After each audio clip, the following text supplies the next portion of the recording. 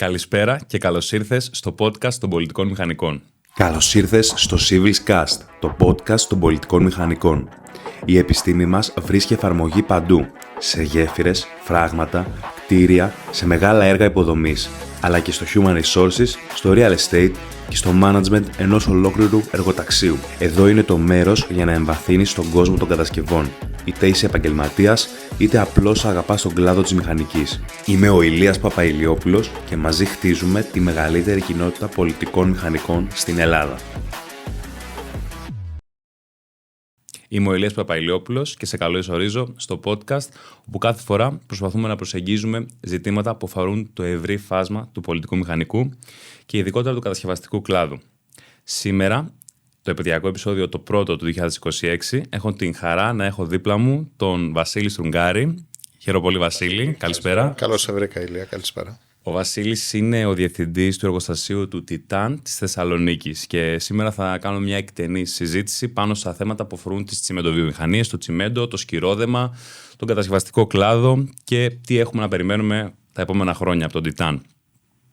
Αρχικά, ευχαριστώ πάρα πολύ που δέχτηκες την πρόσκληση. Χαρά μου, Ηλία. Ευχαριστώ πολύ και εγώ. Και θα ήθελα, όπως κάνουμε με κάθε καλεσμένο, να ξεκινήσεις να μας πεις κάποια λόγια για την έως τώρα επαγγελματική σου πορεία και τα υπόλοιπα θα τα βρούμε στη συνέχεια.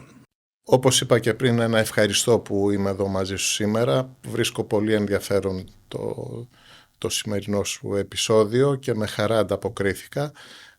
Ονομάζομαι Βασίλης Στρουγκάρης, δεν είμαι πολιτικός μηχανικός, είμαι μηχανικός μεταλλίων μεταλλουργός. Έχω αποφοιτήσει από το Εθνικό Μεσόβιο Πολυτεχνείο και είμαι στο χώρο της κατασκευής και των δομικών υλικών γενικότερα τα τελευταία 22-23 χρόνια, 20 εξ αυτών στην οικογένεια του Τιτάνα και 2 εδώ στη Θεσσαλονίκη.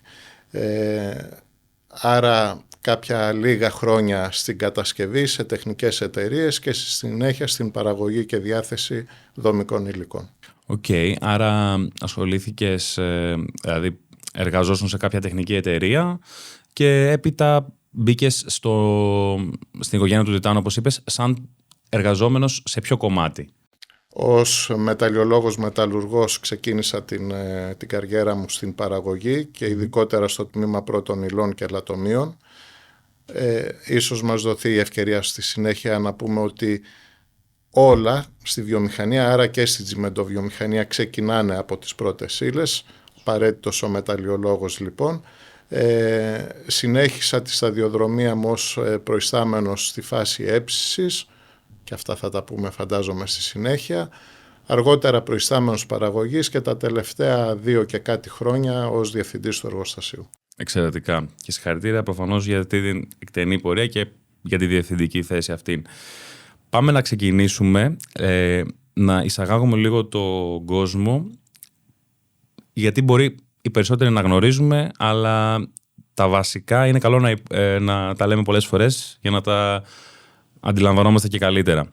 Πώς λειτουργεί, ποια είναι τα στάδια παραγωγής τσιμέντου, δηλαδή ποια είναι τα βασικά κομμάτια μιας τσιμεντοβιομηχανίας? Όπως ανέφερα και πριν λίγο, ξεκινάμε τη διαδρομή μας στην παραγωγική διαδικασία από την αναζήτηση και εκμετάλλευση πρώτων υλών, φυσικών πρώτων υλών. Άρα μιλάμε για λατομεία, εκμετάλλευση λατομείων, ασβεστόλιθος κατά κύριο λόγο και ορυχείων όπως είναι βιομηχανικά ορυκτά, αργυλοπυρητικά, ποζολάνες και γύψος. Άρα η πρώτη φάση είναι η φάση του λατομείου και των πρώτων υλών. Συνεχίζουμε με την επεξεργασία, μηχανική προπαρασκευή θα το έλεγα αυτών των υλικών, δηλαδή τα σπάμε. Σωστό. Κοινώς. Με σπαστήρες φαντάζομαι, όχι μεγάλους σπαστήρες σε πρώτη φάση, σε πρώτη φάση, αλλά στη συνέχεια πρέπει όλα αυτά τα υλικά σε συγκεκριμένες αναλογίες να ανακατευθούν, να αναμειχθούν και να γίνουν ακόμα πιο ψηλά κοκομετρικά, να γίνουν τη λεγόμενη φαρίνα και παραπέμπει προφανώς στο αλεύρι, αλλά οπτικά θα έλεγε κανείς ότι έχουν την ίδια υφή. Άρα πολύ ψηλά αλεσμένα υλικά. Κοντά στην πεπάλη δηλαδή. Ακριβώς. Αυτά τα υλικά προκύπτουν όχι από σπαστήρες, αλλά από τους λεγόμενους μήλους χώματος. είναι τεράστια μηχανήματα. Να δώσω ένα μέγεθος του μηχανήματος που χρησιμοποιείται, του συγκροτήματος μάλλον που χρησιμοποιείται στο εργοστάσιό μας στην Ευκαρπία, να σκεφτείτε μια τετραόροφη πολυκατοικία. Αυτό είναι το μέγεθος. Ο ένας μήλος, μάλιστα. Ο ένας μήλος. Τεράστια μηχανήματα, και αφού αλεστούν ουσιαστικά, είναι μετά το προϊόν που μπαίνει μετά εν τέλει στο σακί ή έχει και άλλες επεξεργασίες? Όχι, είμαστε μακριά ακόμα. Έχουμε δημιουργήσει λοιπόν μια πρώτη ύλη. Σωστά. Η οποία πρέπει να αλλάξει χημική και ορυκτολογική μορφή. Εδώ λοιπόν ερχόμαστε στην πιο βασική φάση της παραγωγής τσιμέντου, που είναι η παραγωγή κλίγκερ. Και τι είναι το κλίγκερ? Είναι ένα τεχνητό ορυκτό που δημιουργείται κατά την χημική αντίδραση όλων των φυσικών ορυκτών που έχουμε συλλέξει από τα λατομεία και τα ορυχεία μας, τα οποία τα έχουμε σπάσει και τα έχουμε κάνει τελικά φαρίνα, και αφού τους δώσουμε την απαραίτητη θερμική ενέργεια, αυτά αντιδρούν μεταξύ τους και δημιουργούν κάτι καινούριο που λέγεται κλίγκερ, το τεχνητό ορυκτό που σας έλεγα πριν. Το κλίγκερ είναι η βάση για όλους τους τύπους τσιμέντου. Γιατί γνωρίζετε η πολιτική μηχανική ότι έχουμε πολλούς τύπους τσιμέντου, ανάλογα μάλλον με το έργο που θέλουμε να κάνουμε, τις ανάγκες που έχει το κάθε έργο, αλλά και φυσικά την οικονομία του έργου, καθώς κάθε τσιμέντο δεν έχει την ίδια αξία. Σωστά. Και το κλίνγκερ ουσιαστικά είναι το ίδιο για όλους τους τύπους τσιμέντων. Δηλαδή και μετά, ας πούμε, διαχωρίζονται ανάλογα με τον τύπο τα τσιμέντα. Το κλίνγκερ είναι τυπικά το ίδιο, όμως ανάλογα με τον τύπο τσιμέντου που θέλουμε να βγάλουμε, κυρίως την αγορά που θέλουμε να διοχετεύσουμε το τσιμέντο, μπορεί να διαφοροποιείται χημικά και ορυκτολογικά. Και για να γίνω πιο σαφής, οι εξαγωγές μας σε χώρες που έχουν άλλους κανονισμούς οικοδομικούς και κατασκευαστικούς, βλέπε Ηνωμένες Πολιτείες ή Ηνωμένο Βασίλειο, εκεί χρειάζεται ειδικό κλίγκερ, άρα και ειδικά τσιμέντα, τα λεγόμενα low alkali.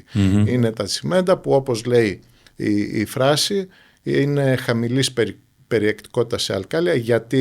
Γιατί οι συνάδελφοί σας εκεί, αρχιτέκτονες και πολιτικοί μηχανικοί, λένε ότι τα σκυροδέματα με τσιμέντο high alkali είναι πολύ, προσβάλλονται πάρα πολύ από την ατμόσφαιρα που είναι κοντά σε ωκεανούς αυτές οι χώρες, άρα υπάρχει μικρότερος χρόνος ζωής στις κατασκευές. Συνεπώς χρειάζονται τσιμέντα και σκυροδέματα low alkali, άρα και εμείς είμαστε υποχρεωμένοι να παράξουμε κλίγκερ low alkali. Αντιληπτό. Είναι μια αλυσίδα. Γενικά όμως έχει αξία να πει κανείς ότι η τσιμεντοβιομηχανία ακολουθεί, όπως όλες οι βιομηχανίες παραγωγής, ακολουθεί την αγορά. Δηλαδή τις τάσεις που προκύπτουν από τους πολιτικούς μηχανικούς και τους αρχιτέκτονες. Τι θέλετε να κατασκευάσετε, να σας δώσουμε την πρώτη ύλη. Οι μεταλλιολόγοι, καλά κάνετε, και προφανώς χρειάζεται πληθώρα μηχανικών για να βγει ένα άρτιο προϊόν. Και η μία ειδικότητα και η άλλη είναι εξίσου απαραίτητες. Άρα αφού παράξουμε κλίνκερ, ξανά ανακατεύουμε εντός εισαγωγικών το κλίγκερ με άλλες πρώτες ύλες, φυσικές πρώτες ύλες. Ποιες είναι αυτές? Είναι η γύψος, ο ασβεστόλιθος, η ποζολάνη, η υπτάμενη τέφρα και κάποια βελτιωτικά άλεσης. Ανάλογα λοιπόν με τη συμμετοχή του κλίγκερ σε αυτά τα τσιμέντα, όσο περισσότερο κλίγκερ βάζω, τόσο πιο ισχυρό από άποψη τελικών αντοχών είναι το τσιμέντο που θα παράξω. Ανάλογα λοιπόν με το κλίγκερ που θα βάλω, σηματοδοτείται έτσι και η αναλογία των άλλων πρώτων υλών και προκύπτουν οι διάφοροι τύποι τσιμέντου. Είναι ευκαιρία να πω ότι οι τύποι τσιμέντου προσδιορίζονται όσον αφορά τις τελικές αντοχές που θα έχει το προϊόν, το τσιμέντο δηλαδή, στις 28 μέρες. Σωστά. Και όπως είπες και πριν, ανάλογα τον τύπο τσιμέντου, δηλαδή βάζεις λιγότερο ή περισσότερο κλίνκερ ή αλλάζεις χημικά το κλίνκερ ανάλογα την αγορά που θες να προσεγγίσεις. Ακριβώς. Μάλιστα. Άρα και αφού ουσιαστικά αναμειχθεί τον κλίνκερ με γύψο, υπτάμενη τέφρα και ποζολάνες, έχουμε το τελικό μας προϊόν, σωστά. Το οποίο είναι αυτό που παραλαμβάνουμε και στα σακιά που βλέπουμε εδώ υπάρχει στην αγορά. Πολύ ωραία πάσα μου δίνει, Ηλία, να πω ότι υπάρχει μια άποψη στον κόσμο και στην κοινωνία ότι το τσιμέντο είναι κατά βάση συσκευασμένο στο σακί. Η πραγματικότητα είναι ότι για την Ελλάδα, όχι για άλλες χώρες, για άλλες χώρες ισχύει κάτι άλλο, περίπου το 75% του τσιμέντου που αναλώνεται ετησίως είναι χίδιν και μόλις το 25% είναι συσκευασμένο. Υπάρχουν άλλες χώρες που και εμείς δραστηριοποιούμαστε, λόγου χάρη η Αίγυπτος, όπου η αναλογία είναι ακριβώς αντίστροφη. Σοβαρά. Χρησιμοποιούν περισσότερο ενσακισμένο τσιμέντο παρά χίδιν. Αυτό έχει να κάνει με τον τρόπο παραγωγής και την κουλτούρα κατασκευής του κατασκευαστικού κλάδου. Εδώ συνηθίζουμε, επειδή έχουμε διάφορα έργα κατά τόπους, να αποστέλνουμε χίδιν τσιμέντο. Εξαιρετικά. Δεν ήξερα αυτή την αναλογία. Πολύ σημαντικό. Φανταζόμουν ότι όντως η πλειοψηφία θα ήταν χίδιν, γιατί τουλάχιστον στην Ελλάδα έχουμε τη δυνατότητα να έχουμε πολλά λατομεία, άρα και οι αποστάσεις που θα διανύσουν οι βαρέλες να είναι σχετικά σύντομες και να μην πετρώνει το σκυρόδεμο ουσιαστικά μέσα στη βαρέλα.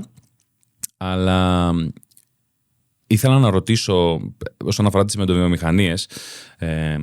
Είπαμε μεταλλιολόγοι μηχανικοί, πολιτικοί μηχανικοί.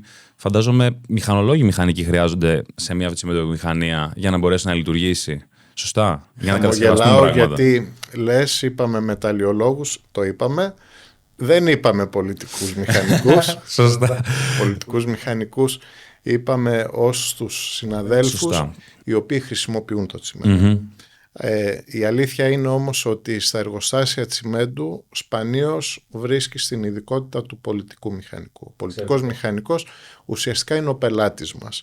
Αλλά για να βγει τσιμέντο, ποιες είναι οι ειδικότητες που χρειάζεται? Η τσιμεντοβιομηχανία είναι μια χημική βιομηχανία κατά βάση, άρα μιλάμε για μεταλλιολόγους, μεταλλουργούς, χημικούς μηχανικούς, μηχανολόγους μηχανικούς και ηλεκτρολόγους μηχανικούς για το κομμάτι της συντήρησης. Η δε πολιτική μηχανική μπορεί να συναντήσει κανείς πολιτικούς μηχανικούς κυρίως στο κομμάτι που λέγεται marketing ή στο κομμάτι των πωλήσεων, όχι στην παραγωγική διαδικασία του τσιμέντου και προφανώς όχι στη συντήρηση. Άρα οι βασικές μας ειδικότητες: μεταλλιολόγος, μηχανολόγος, χημικός μηχανικός, ηλεκτρολόγος μηχανικός. Εξαιρετικά. Δυστυχώς εμείς δεν έχουμε χώρο σε αυτό το κλάδο, είμαστε μόνο οι πελάτες. Όχι τόσο πολύ. Σε αντίθεση βέβαια με την Ιντερμπετόν, η Ιντερμπετόν είναι η καθετοποίηση του τιτάνα στο σκυρόδεμα και στα αδρανή. Στο κομμάτι του σκυροδέματος αρκετή πολιτική μηχανική είναι στην οικογένειά μας, ενώ στην οικογένεια του τιτάνα. Και μην ξεχάσω να πω ότι ο τιτάνας ως μια πολυεθνική και μάλιστα ραγδαίως αναπτυσσόμενη πολυεθνική βρίσκεται σε μια φάση μεγάλων επενδύσεων, είτε εξαγορών είτε όμως κατασκευαστικών έργων στα εργοστάσια και στα άλλα business unit, οπότε και εκεί πολιτική μηχανική είναι μαζί μας, συνάδελφοι, ώστε να εκτελεστεί αυτό το μεγάλο επενδυτικό πρόγραμμα. Άρα, ναι, στην παραγωγή μάλλον φαίνεται ότι ο πολιτικός μηχανικός μπορεί να μην χωράει, όμως υπάρχει μια γκάμα δραστηριοτήτων που πολλοί πολιτικοί μηχανικοί βρίσκουν επαγγελματική στέγη σε εμάς. Μου δίνεις όμως τώρα μια εξαιρετική πάσα και ήθελα να ρωτήσω, είπες ότι εκμεταλλεύεται κάθε τσιμεντοβιομηχανία τους ορυκτούς σπόρους και όλα ξεκινάνε από τους σπόρους. Προφανώς κάθε σημείο που εξορίσεται κάποιος σπόρος είναι διαφορετικής γεωγραφίας και έχει ίσως διαφορετικές σύστασεις σε διαφορετικά υλικά. Πώς διατηρείται πάντα η ποιότητα του τσιμέντου ίδια σε διαφορετικά λατομεία? Δηλαδή πώς μπορούμε να έχουμε την ακριβώς ίδια ποιότητα σε όλο τον κόσμο, αν όχι σε όλο τον κόσμο, για το ίδιο τσιμέντο σε όλο τον κόσμο? Πολύ ωραία και εύστοχη ερώτηση και είναι μια ευκαιρία να προσπαθήσω να κάνω τους μεταλλιολόγους να μας ζηλέψετε, αστειεύομαι. Δεν υπάρχει κάποια μαγεία πίσω από αυτό. Πράγματι, όταν κανείς εκμεταλλεύεται ένα κοίτασμα, ό,τι κοίτασμα και να είναι, η φύση δεν το δίνει με την ίδια χημική σύσταση. υπάρχει διαφοροποίηση, άρα στα πλαίσια της μεταλλευτικής έρευνας που προηγείται της εκμετάλλευσης του κοιτάσματος, οφείλει ο μεταλλιολόγος σε συνεργασία με το γεωλόγο να κάνει τη λεγόμενη μεταλλευτική έρευνα, δηλαδή γεωτρήσεις και μια λεπτομερής χαρτογράφηση, γεωχημική χαρτογράφηση του κοιτάσματος. Στην εποχή μας είμαστε τυχεροί που έχουμε αναπτύξει πολύ το digital και την επιστήμη της πληροφορικής, οπότε μπορεί εύκολα κανείς, χρησιμοποιώντας αντίστοιχα software, να έχει μια τρισδιάστατη απεικόνιση ενός κοιτάσματος, οποιοδήποτε κοιτάσματος. Άρα, γνωρίζοντας γεωχημικά από πριν τι έχεις να εκμεταλλευτείς, κάνεις το αντίστοιχο πλάνο εκμετάλλευσης. Αλλά δεν φτάνει μόνο αυτό. Στη συνέχεια υπάρχουν τεχνικές και φυσικά μεγάλος εξοπλισμός στα εργοστάσια μας, όλα τα εργοστάσια της τσιμεντοβιομηχανίας, ώστε να κάνουμε τη λεγόμενη ομογενοποίηση των υλικών και στο τέλος να φτιάχνουμε μια φαρίνα που έλεγα πριν και ένα κλίγκερ που να συναντά συγκεκριμένες ποιοτικές προδιαγραφές.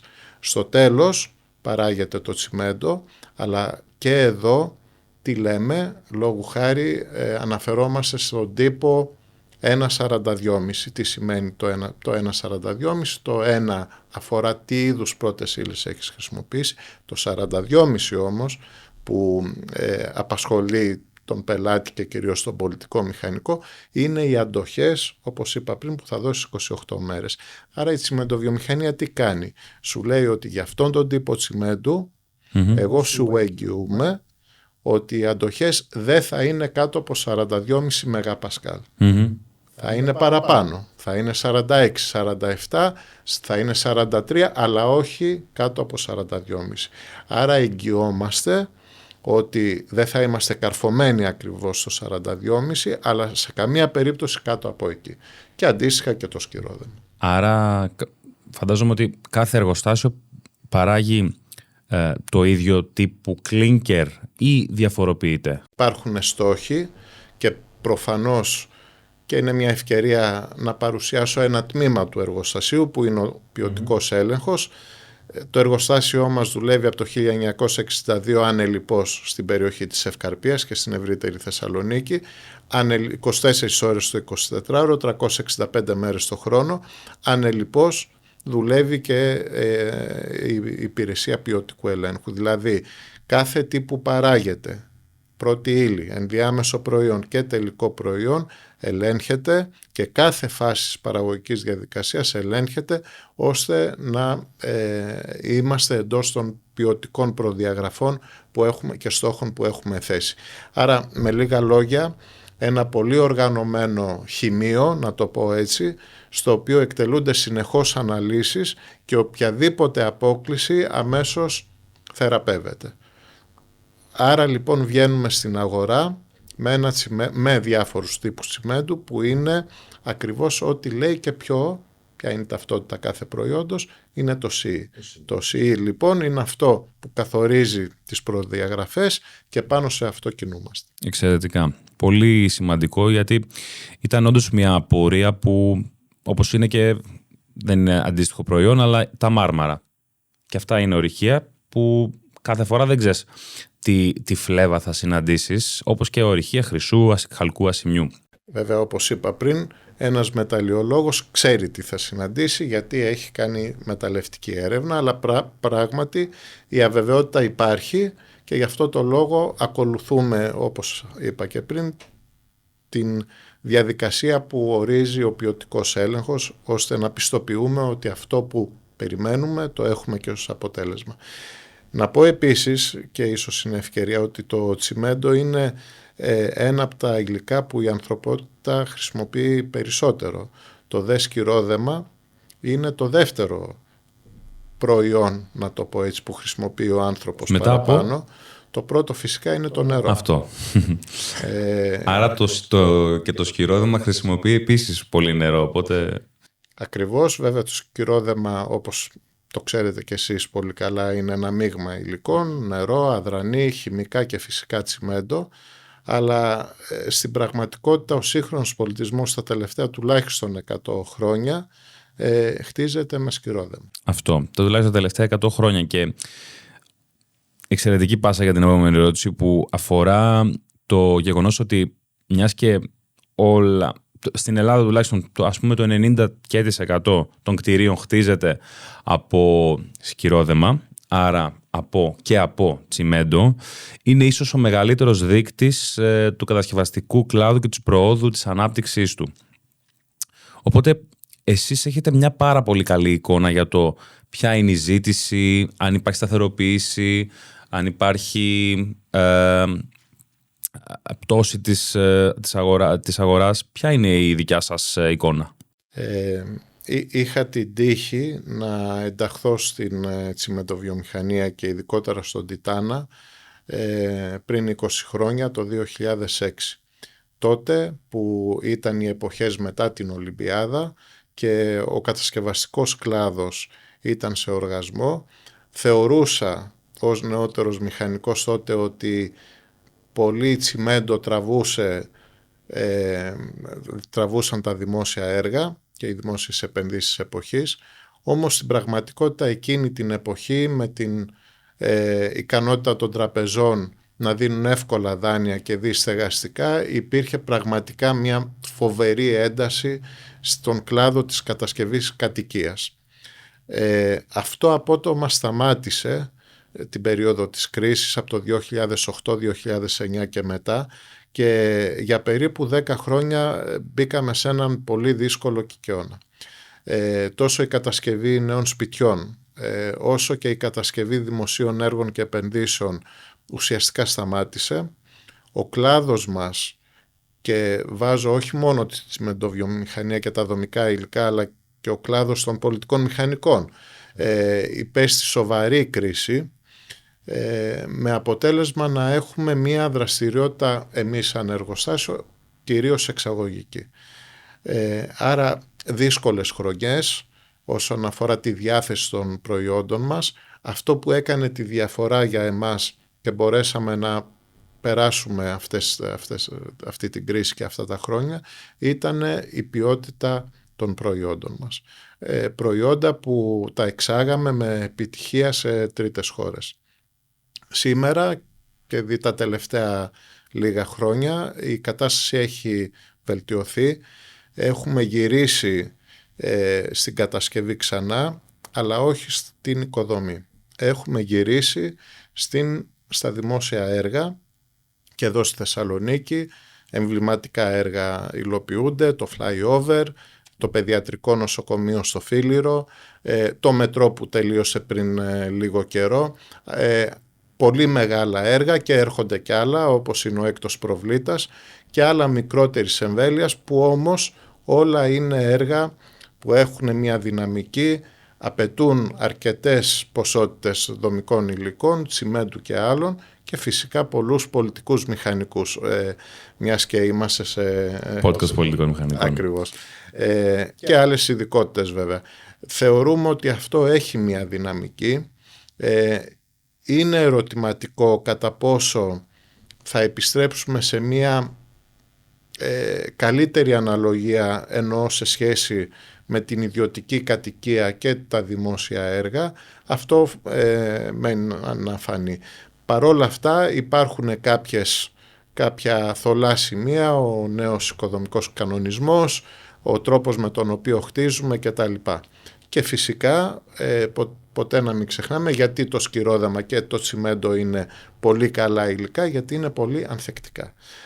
Οι κατασκευές είναι πολύ ανθεκτικές, ενώ σε σχέση με το ξύλο ή με άλλα δομικά υλικά, και καθώς η κλιματική αλλαγή φέρνει πιο έντονα φαινόμενα, είναι μεγαλύτερη τάση των κοινωνιών να στρέφεται σε κατασκευές οι οποίες είναι πιο ανθεκτικές και είναι πιο βιώσιμες, να το πω έτσι. Άρα και αυτό ανοίγει μια προοπτική καλύτερης τοποθέτησής μας στην ούτως ή άλλως καλή αγορά που έχουμε. Πολύ σημαντικά όλα αυτά, και δεν το περίμενα, για να είμαι ειλικρινής, ότι τα περισσότερα έργα που θα ρουφήξουν τσιμέντων θα είναι τα δημόσια που γίνονται στη Θεσσαλονίκη. Είχα την εντύπωση ότι ναι, βεβαίως και τα δημόσια, αλλά τα ιδιωτικά, ειδικότερα τον τελευταίο καιρό, εγώ που κινούμαι περισσότερο στην Ανατολική Θεσσαλονίκη, είχα την εντύπωση ότι εξίσου αρκετή ποσότητα έχει διοχετευθεί εκεί. Αλλά ναι, πολύ ενδιαφέρον.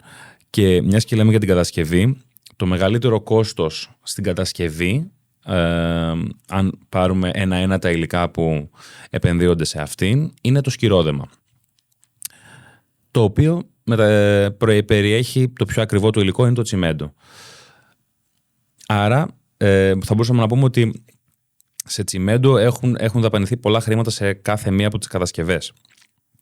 Ποια είναι τα στοιχεία που επηρεάζουν το κόστος παραγωγής του τσιμέντου, το οποίο ουσιαστικά μετακυλίεται έπειτα στον καταναλωτή, που είναι ένας πολιτικός μηχανικός, ένας που και έπειτα κάποιος που θέλει να αγοράσει ένα σπίτι? Φαντάζομαι, Ηλία, εννοείς στην Ελλάδα ποιο είναι το βασικό κόστος. Το κόστος, μάλλον, από τι εξαρτάται κυρίως οι διακυμάνσεις που υπάρχουν στην παραγωγή του τσιμέντου?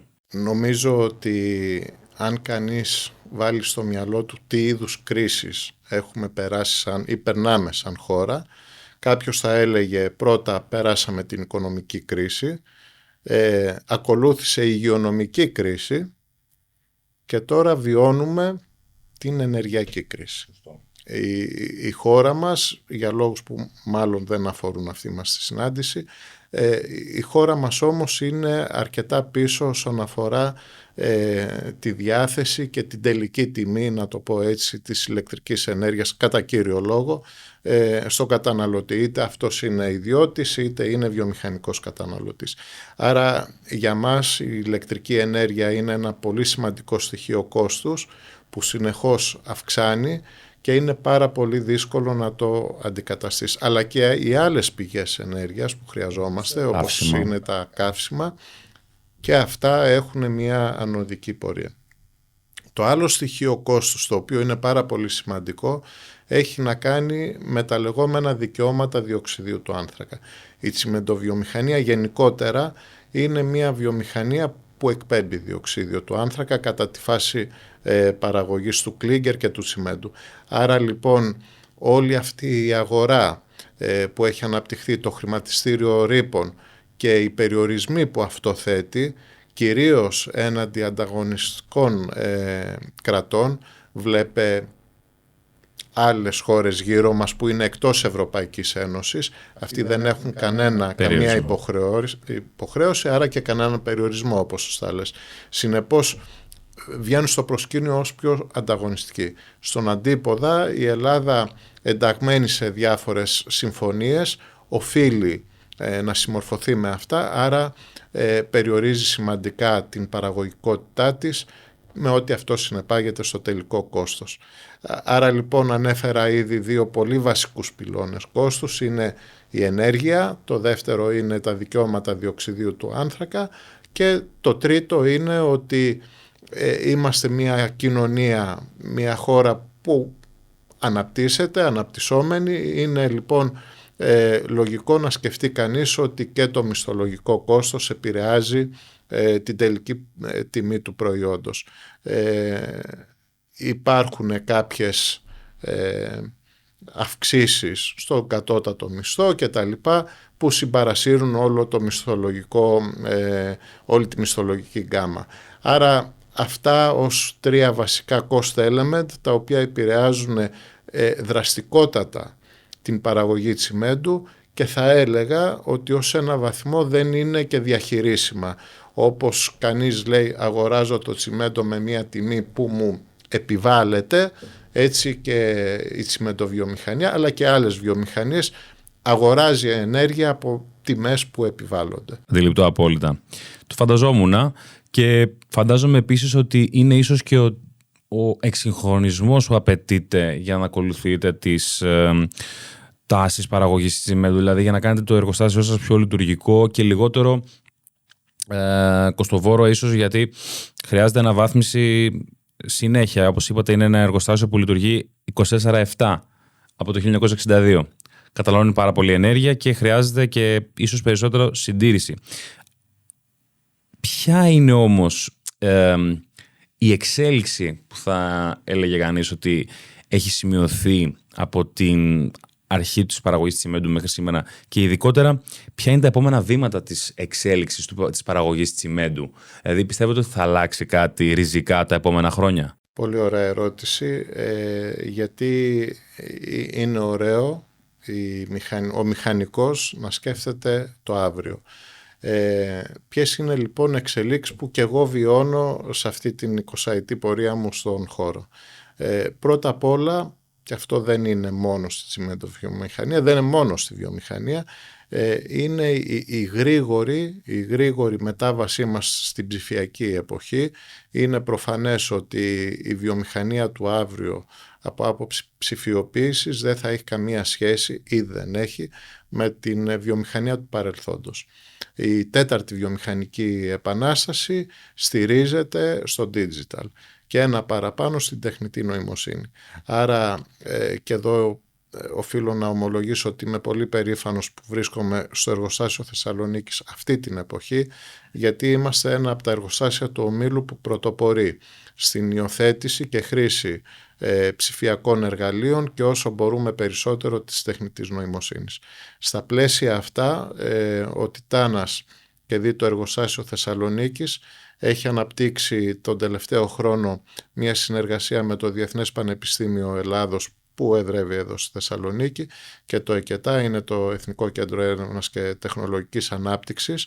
Μια σύμπραξη λοιπόν της ακαδημαϊκής κοινότητας, της βιομηχανίας και του ερευνητικού κόσμου. Έτσι έχουμε δημιουργήσει ένα πρόγραμμα το οποίο ονομάζουμε Digital Accelerator και τι κάνουμε? Προσπαθούμε να βρούμε καινοτόμες λύσεις σε προβλήματα ή προκλήσεις που αντιμετωπίζει κάποιος στο τσιμεντάδικο. Άρα είναι ένα απτό βήμα, ξέρεις Ηλία, είναι πάρα πολύ ενδιαφέρον να βλέπεις στο εργοστάσιό μας ένα τετράποδο ρομπότ να κάνει ελέγχους σε θέματα safety ή συντήρησης ή να βλέπεις να ύπτονται drone για να κάνουν συγκεκριμένες μετρήσεις και τα λοιπά, πράγματα που μέχρι πριν λίγα χρόνια μας φαινόταν αδιανόητα. Αυτό συμβαίνει τώρα δηλαδή? Αυτό συμβαίνει σήμερα που μιλάμε, έχει ξεκινήσει τους τελευταίους αρκετούς μήνες και νομίζω ότι είναι μόνο η αρχή. Το εργοστάσιο Θεσσαλονίκης είναι ένα από τα πιο σύγχρονα τσιμεντάδικα της Ευρώπης. Ακολουθούμε, παρόλο που λειτουργούμε από το 1962, εκτεταμένα προγράμματα επενδύσεων έχουν εξυγχρονίσει πάρα πολύ το εργοστάσιό μας και η δυναμική είναι να εξυγχρονιστεί ακόμα περισσότερο στο άμεσο μέλλον. Γι' αυτό το σκοπό, για τα επόμενα 2 χρόνια, ένα πλάνο επενδύσεων κοντά στα 30 εκατομμύρια έχει εγκριθεί από τη διοίκησή μας για τη Θεσσαλονίκη, για το εργοστάσιό μας εδώ. Πολύ ευχαριστώ αυτό και αλήθεια είναι ότι δεν είχα ιδέα για το πόσο μπορεί να εξελιχθεί, γιατί το τσιμέντο είναι κάτι το οποίο έχει βασικά στάδια παραγωγής, αλλά το να επιταχύνεις τον ποιοτικό έλεγχο με τη χρήση τεχνητής νοημοσύνης ή και με τη χρήση ρομπότ είναι πραγματικά κάτι time saving που λέμε, αλλά και ο παράγοντας του ανθρώπινου λάθους εκμηδενίζεται σε πολύ σημαντικό βαθμό. Ένα λοιπόν είναι το digital, για να ολοκληρώσουμε αυτή την ενότητα της ερώτησής σου, είναι η στροφή της τσιμεντοβιομηχανίας, άρα και του Τιτάνα, στα εναλλακτικά καύσιμα και στις εναλλακτικές πρώτες ύλες. Εναλλακτικά καύσιμα με σκοπό να αξιοποιήσουμε υλικά τα οποία μέχρι πρότινος δεν είχαν κάποια αξία και ταυτόχρονα να εξοικονομήσουμε πεπερασμένες ορυκτές πρώτες ύλες και κόστος ενδεχομένως και κόστος και εναλλακτικές πρώτες ύλες. Είναι πάρα πολύ σημαντικό να βρίσκουμε υλικά που μέχρι χθες ήταν μπάζα ή υλικά που μέχρι χθες ήταν περιτά για οποιαδήποτε χρήση και εμείς να τα αξιοποιούμε. Ένα χαρακτηριστικό παράδειγμα είναι η πτάμενη τέφρα από τα εργοστάσια παραγωγής ηλεκτρικής ενέργειας. Και θα πει κανείς, αυτά φαίνεται ότι βαίνουν στο τέρμα του κύκλου ζωής τους. Παρόλα αυτά υπάρχουν αρκετά αποθέματα, εκατομμύρια τόνοι τέτοιων υλικών που είναι διάσπαρτα σε διάφορες περιοχές και μένουν αναξιοποιητά. Άρα προκύπτει η ευκαιρία να ασχοληθούμε με αυτά τα υλικά πάλι με τη λογική ότι εξοικονομούμε ορυκτές πρώτες ύλες τις οποίες τις αφήνουμε για τις επόμενες γενιές για το αύριο. Αυτό είναι κατά τη γνώμη μας η έννοια της κυκλικής οικονομίας και της βιομηχανικής συμβίωσης. Πώς κάτι το οποίο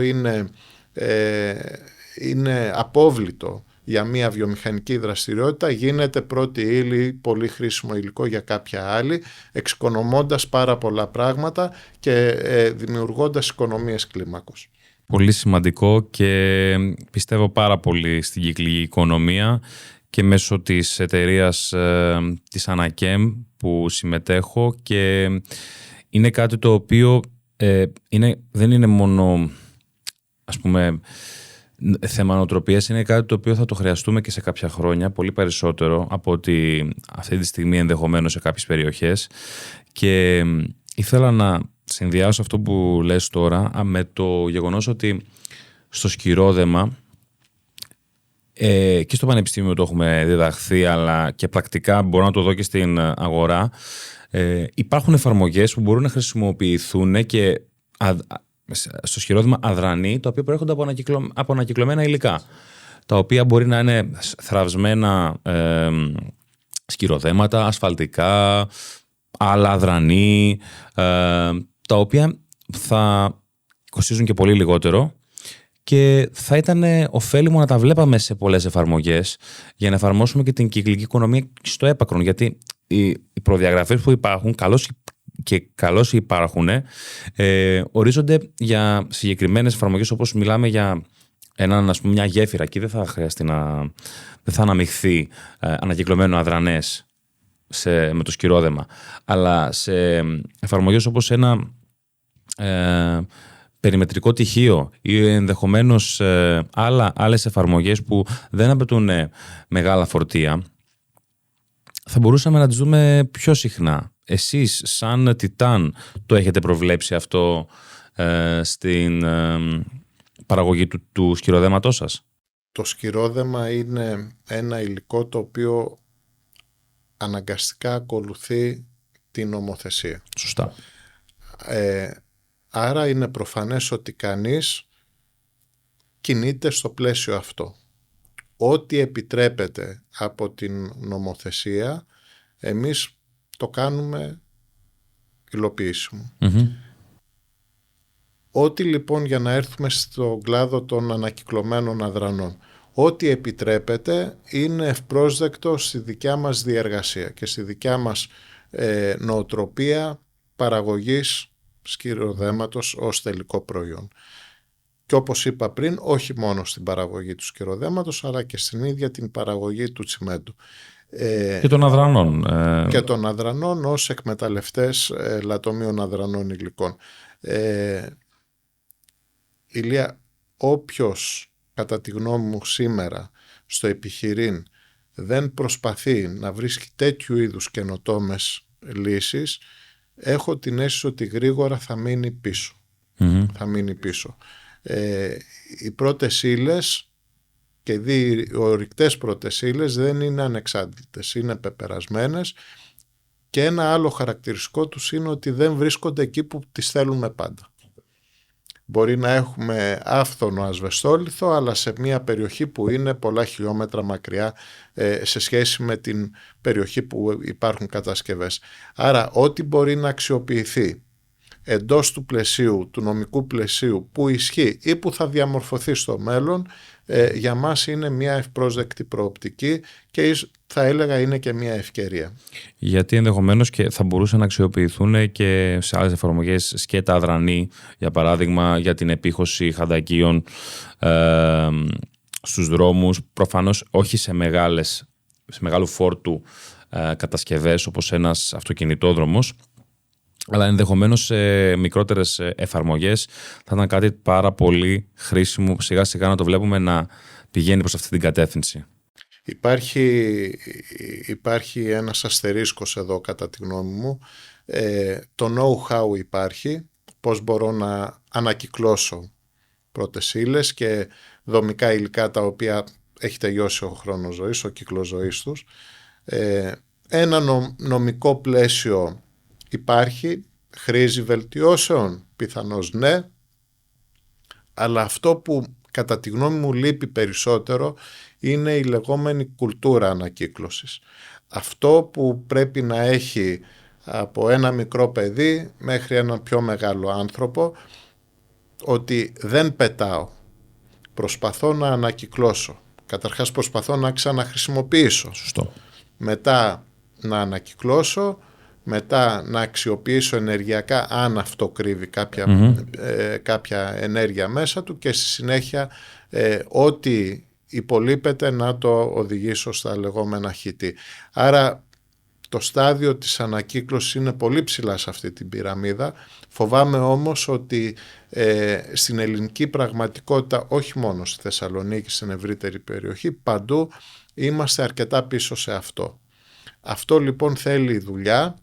Θέλει δουλειά από τις εταιρείες, θέλει δουλειά από την πολιτεία, θέλει δουλειά από όλους μας, ώστε να κατανοήσουμε γιατί είναι προτιμότερο να αξιοποιώ κάτι το οποίο θεωρώ ως απόρριμα ή απόβλητο, παρά να το πετάω και να δημιουργώ έτσι σοβαρό περιβαλλοντικό κυρίως impact, και δευτερευόντως να στερώ μια ευκαιρία οικονομίας. Σωστό. Συμφωνούμε πάρα πολύ σε αυτό. Ποιο πιστεύετε ότι θα είναι το σκυρόδεμα σε 100 χρόνια από τώρα? Πώς θα είναι το σκυρόδεμα σε 100 χρόνια από τώρα? Θα αλλάξει ριζικά με την έννοια ότι θα γίνει πιο περιεκτικό? Τι πιστεύετε ότι μπορεί να βελτιωθεί σε αυτό? Η βασική μας στρατηγική σαν Όμιλος είναι να έχουμε ένα σκυρόδεμα το οποίο θα έχει μικρότερο περιβαλλοντικό αποτύπωμα. Είπα και προηγουμένως ότι η παραγωγική διαδικασία του τσιμέντου, άρα και του σκυροδέματος, είναι μια διαδικασία που παράγει διοξίδιο του άνθρακα. Σκοπός μας είναι να συρρικνώσουμε όσο γίνεται το ανθρακικό μας αποτύπωμα, και αυτό γίνεται με 3 τρόπους.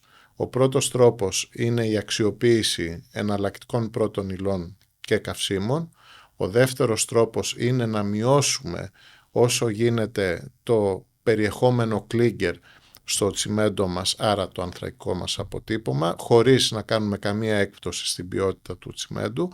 Και το τρίτο, που φαντάζει λίγο μακρινό, αλλά νομίζω όλο και περισσότερο οι βιομηχανίες το δουλεύουν, είναι η δέσμευση του διοξιδίου του άνθρακα. Αυτά είναι πολύ μεγάλες επενδύσεις, και είμαι χαρούμενος να πω ότι ο Τιτάνας πρωτοπορεί και σε αυτό, καθότι το πρώτο εργοστάσιό μας που χρηματοδοτείται μέσω της Ευρωπαϊκής Ένωσης, το εργοστάσιο Καμαρίου, σκοπεύει να εγκαταστήσει ένα σύστημα carbon capture, ώστε να παράγουμε τσιμέντο με 0 εκπομπές διοξιδίου του άνθρακα. Εξαιρετικό, πρωτοποριακό και πραγματικά ευχάριστο. Άρα λοιπόν θεωρώ ότι θα υπάρχει ένα σκυρόδεμα στο μέλλον, το οποίο θα είναι πολύ φιλικότερο στο περιβάλλον. Σε τέτοιο βαθμό που να μιλάμε πραγματικά για πράσινο σκυρόδεμα. Πάρα πολύ ωραία. Ποιοι είναι οι πιο διαδεδομένοι μύθοι για τις τσιμεντοβιομηχανίες που υπάρχουν κατά τη γνώμη σου? Νομίζω ότι πλέον ο κόσμος έχει αντιληφθεί ότι το σκυρόδεμα είναι αυτό που προσφέρει υποδομές. Είναι αυτό που θα μας προστατεύσει από καιρικές συνθήκες κτλ, γιατί εκεί ζούμε. Όλα τα σπίτια είναι φτιαγμένα από σκυρόδεμα. Το σκυρόδεμα είναι αυτό που θα μας κάνει να ταξιδεύουμε πιο γρήγορα, και κυρίως να ταξιδεύουμε με περισσότερη ασφάλεια. Ξέρεις, τα αεροδρόμια και οι πίστες απογείωσης και προσγείωσης είναι από σκυρόδεμα, δεν είναι από άσφαλτο όπως πιστεύουμε, έτσι, και άλλα. Άρα λοιπόν, ενώ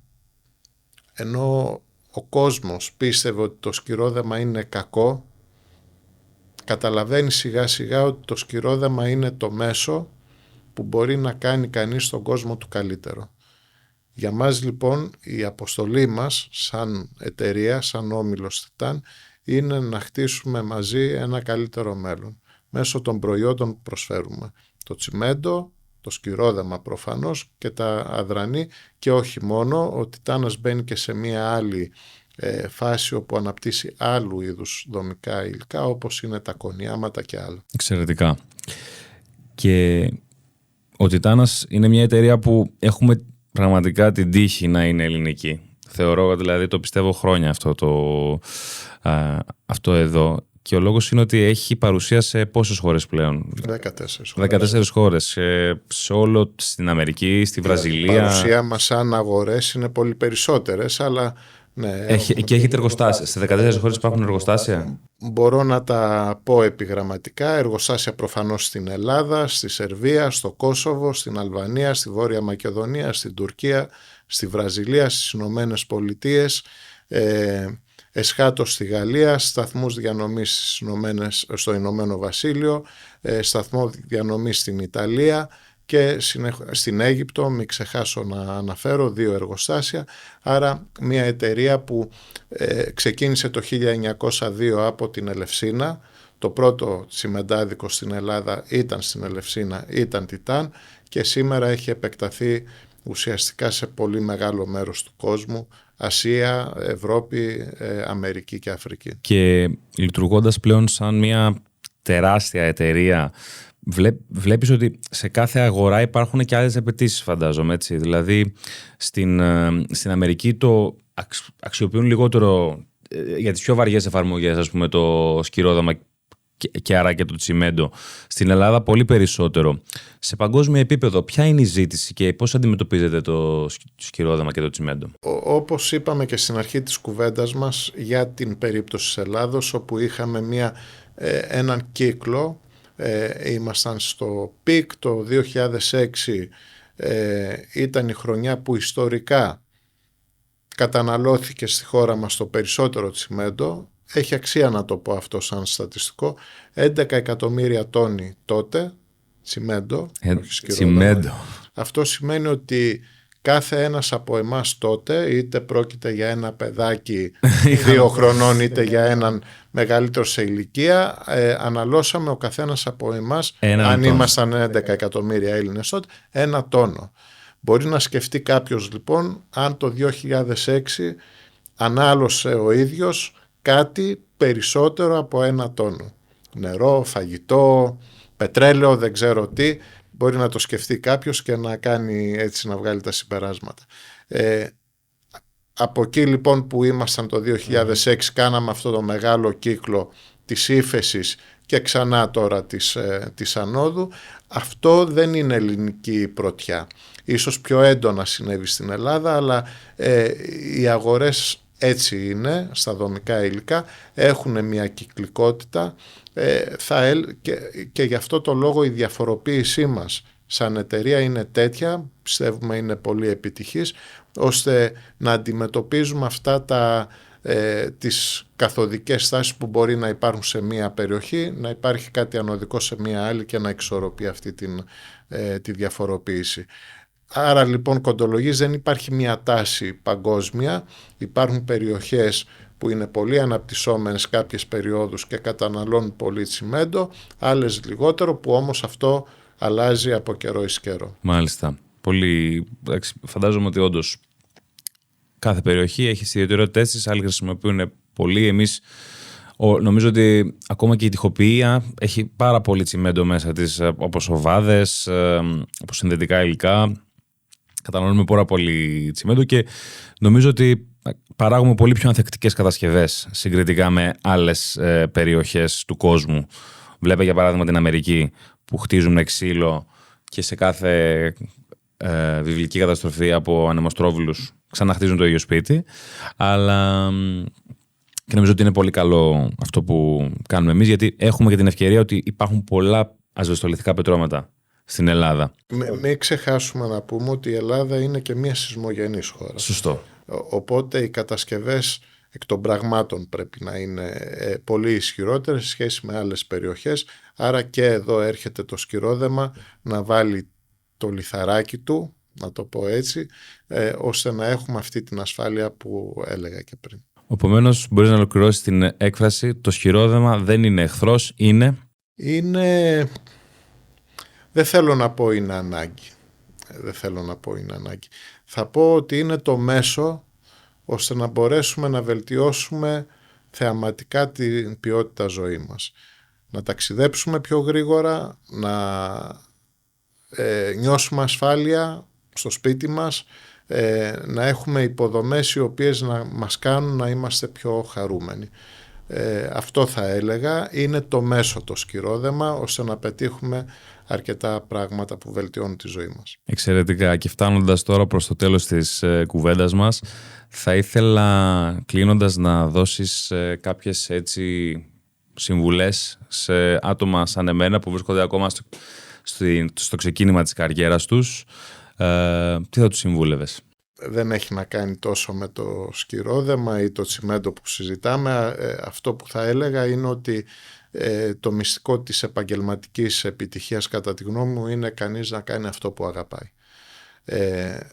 Θα μου πεις, μπορείς να ξέρεις όταν είσαι πολύ νέος τι πραγματικά θέλεις στη ζωή σου? Άρα λοιπόν η συμβουλή μου είναι κανείς να δοκιμάζει, ώστε να βρει αυτό που πραγματικά του ταιριάζει, και δεν υπάρχει κανένας λόγος να κολλήσει κάποιος στο τι έχει σπουδάσει. Αυτό είναι η βάση, ώστε από εκεί να μπορέσει κανείς να αναπτύξει την επαγγελματική του δραστηριότητα.